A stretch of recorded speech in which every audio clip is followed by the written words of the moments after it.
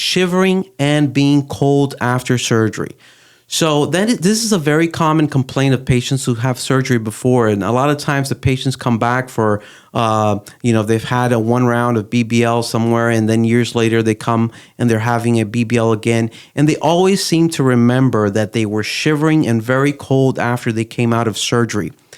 So there are many reasons that you lose heat during surgery, and some of them being the anesthesia itself. It kind of vasodilates you, and actually blood rushes into your extremities, and that way you lose your core temperature.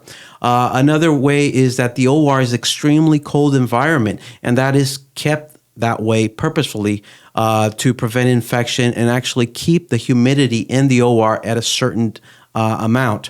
And also the solutions that are used to clean your body actually cause evaporative losses of heat throughout your body. And especially for the BBL, most of your body is not covered during the entirety of the procedure because basically you're having liposuction of your whole body, both front and back, and not much of it is covered. And the greater area that is uncovered, you will lose the most heat. So what I do in order to mitigate that situation is I have a warming blanket below on the actual OR table, which passes warm fluids in order to try to keep your temperature at a certain degree. And also when we come out to the recovery room area, we'll have warm blankets over you and a warming air device that will blow hot air in order to warm you up as fast as possible. Another thing that can be done in order to decrease the shivering outside when you're already in recovery is actually administer a medication called Demerol. It's actually a narcotic. It's a pain medication, but it actually helps with shivering.